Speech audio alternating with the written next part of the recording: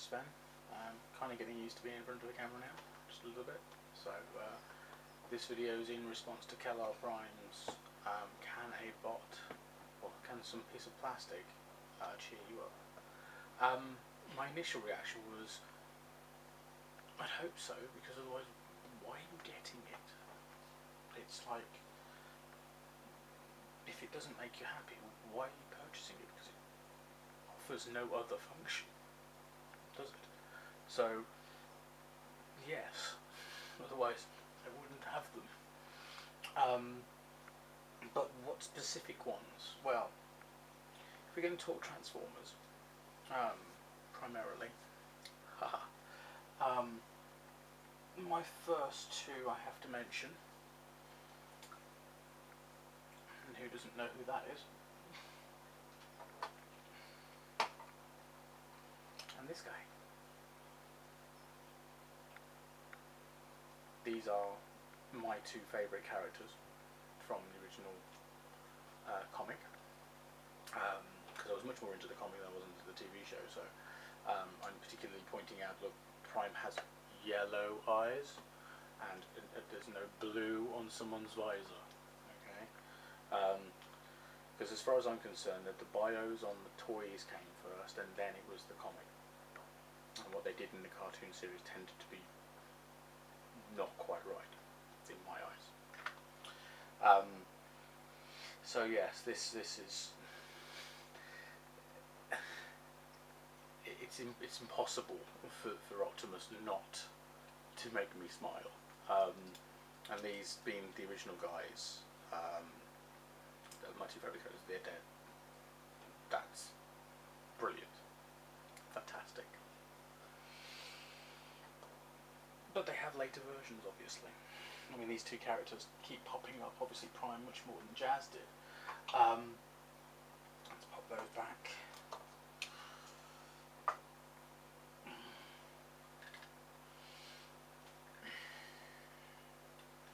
Now this is Japanese MP10 Prime, in what I would refer to as G1 colouring, whereas the British one, which I also have, is much more Generation 2 in its colour scheme.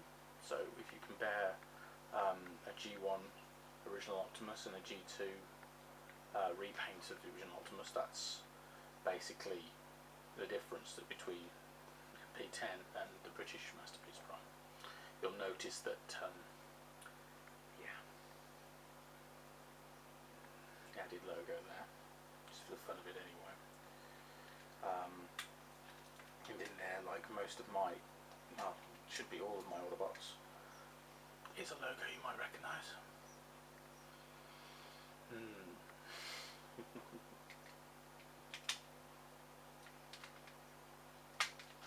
But yes, he's pretty cool. The only things I might want to do to this is that eye colour. It's wrong, it should be yellow. But yeah, he's pretty cool. What did catch me by surprise when I finally got one was the latest version of Jazz. This is actually a United one. This is the Japanese version. It's fantastic. It's everything that's good about the original toy is there. All of the little details that evoke the original toy are there.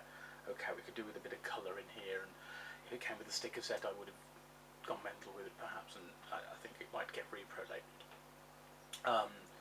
But I'm a little annoyed with the blue eye thing, because it looks like the original cartoon just seems to have far too much more impact than the original toys and the original comic had. So I can see him having blue eyes underneath the silver visor, but his visor was silver, it always was. So why blue, I don't know. I suppose a silver visor wouldn't be light piped, would it? I'm doing something that's actually silver tinted with light piping underneath wouldn't work very well, but yeah, that's pretty cool. But at the end of the day, as you probably noticed from the logo that I use on YouTube and that pops around on the net in various places that I am, it isn't just Transformers I'm a fan of. There's also Star Trek. I'm a huge fan of. I'm more of a Next Gen fan than the others. Next Gen being my favourite, then Classic Trek, as they call it, or original series to Americans. I know I prefer Next Gen as a TV show. My favourite ship is actually the refitted original Enterprise, or the Enterprise A, which is basically the same ship, with just a few little detail changes. Which is this. There we go. Now this is the Bandai model kit, which is pretty cool, and lights up. You can see there.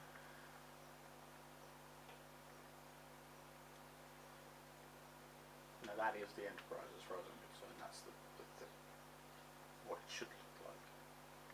I'm not a big fan of the one from 2009, felt more into dance. It just looks bloated here and the neck's in the wrong place, and it doesn't look quite right.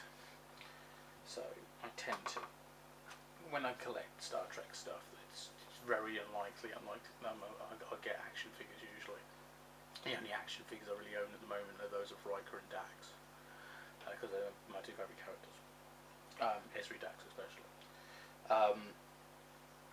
But I have got a few of these little versions. This is actually from the artworks that Eagle Moss is about to relaunch, because this is from the test marketing last year, which I managed to get a hold of a few units from. So that's pretty cool. And then we have the Japanese candy toy type Enterprise, which is the Enterprise A in this case, which actually is in scale with another one, with a couple of other ships of the Enterprise E and things like that. Obviously some of that is plastic, that's a bit metal, that one, a bit of metal in it, but yeah. But this is the thing, is that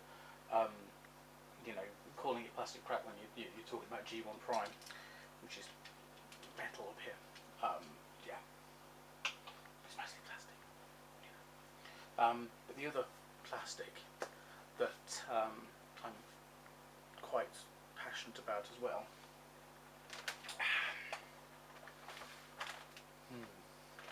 This is actually my wife's, so I have to look after it. It's a, what do we say, it's an honest example, it's with all the yellowing, but more importantly, in this case, I don't know if you can see that, but it's a Scottish one, made in the UK. It was made in an old Timex factory up in Scotland. I'm very much not a huge fan of Windows or the Mac or anything like that. I kind of miss the days where, that's a computer. That's the whole computer. You just need to add in the power, plug in the power supply, kick it and go. And this was one of the.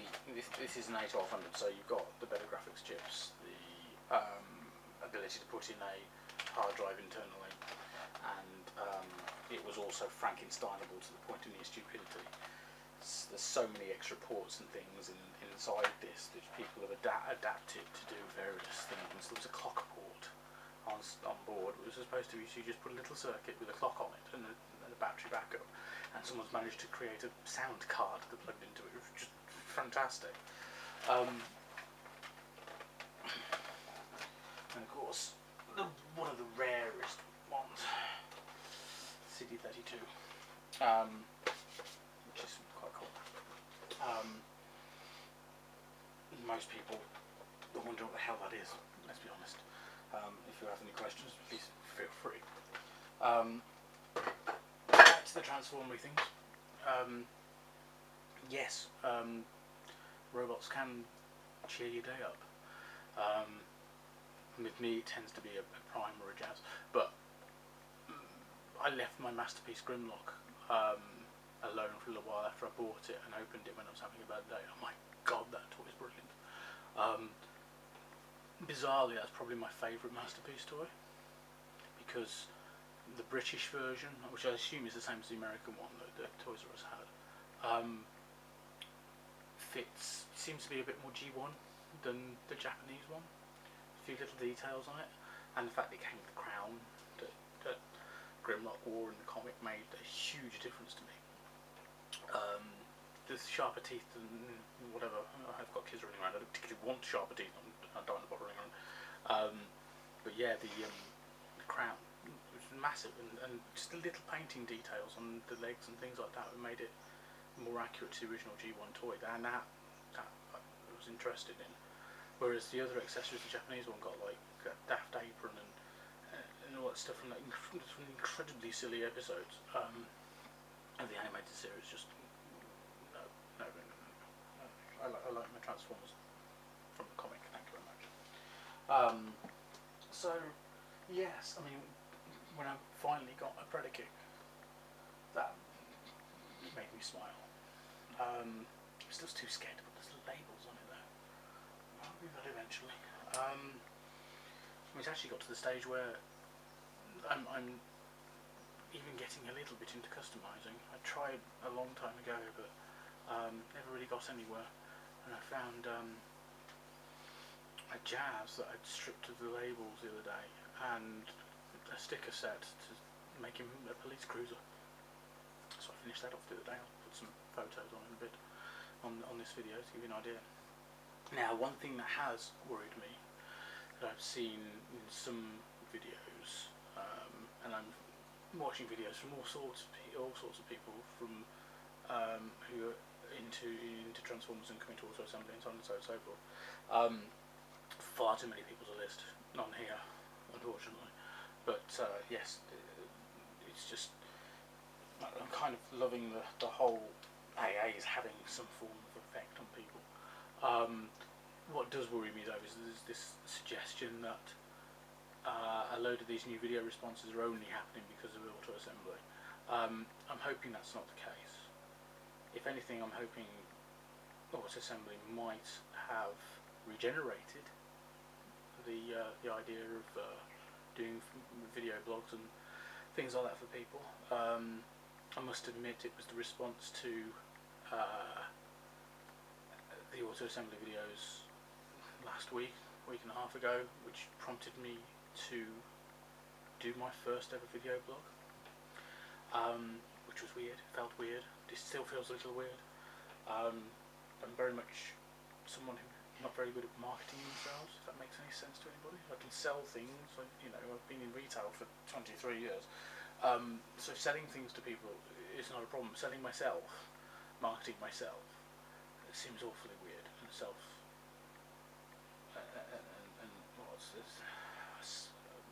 self-absorbed, perhaps. Don't know. It just feels a little strange. But yes, I just hope that people continue on with their video blogs, even if auto assembly has perhaps kickstarted them back into doing it, or kickstarted some people into doing it for the first time. It isn't just because of AA. Perhaps it gave them something to start with, and once they get used to the idea, we'll see a lot more from people. I don't know. I'm hoping that might be the case with me. Though I do still feel a little, as I say, a little strange in front of the camera still. But we'll see what happens. Hopefully people will keep it up and continue to create content for YouTube that speaks to people. So at the end of the day, that's the important part, isn't it? Is connecting and responding to videos and enjoying yourself, because there's far too many bad things going on in the world. So anything that helps you out and can enjoy, why not? So for all these people who say, why don't you guys ever grow up? Yeah, tried that once. Felt miserable. I sold some of my toys. Felt even more miserable. Not doing that again. I want to keep my toys. Except for the ones where I have to sell them to make rent and that kind of stuff, which has happened in the past, which is why I don't have Fortress Maximus anymore. But yeah, it's if it makes you happy, fine. stuff is not making you happy. Why? It doesn't seem to make any sense. You're just throwing money away, aren't you? If you're not sure if it didn't make you happy or not, okay, you know, you can always sell it on, but I tend to be very careful about what I buy these days. There used to be a time when I wanted to collect every single Transformer that was released. That plus 4 kids. Not going to happen. That plus space isn't going to happen. I mean, how many thousands of toys are we talking about there? Not going to happen. Not going to happen. At least for me. So, G1, the direct descendants of G1. So, you know, classics, masterpieces, things like that. Even getting rid of all my vinyl decks, to be honest, because they're just not quite right. Maybe too big. Don't know.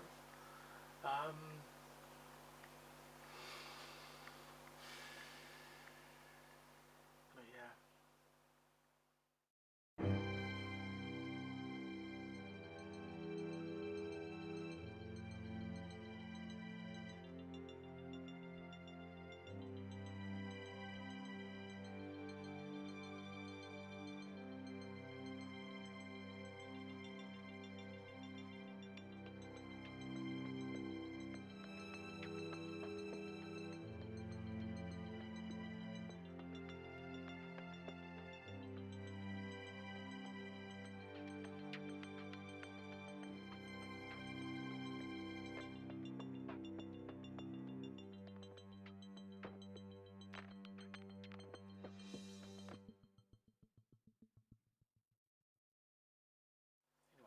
Thanks for watching and listening to me ramble on again.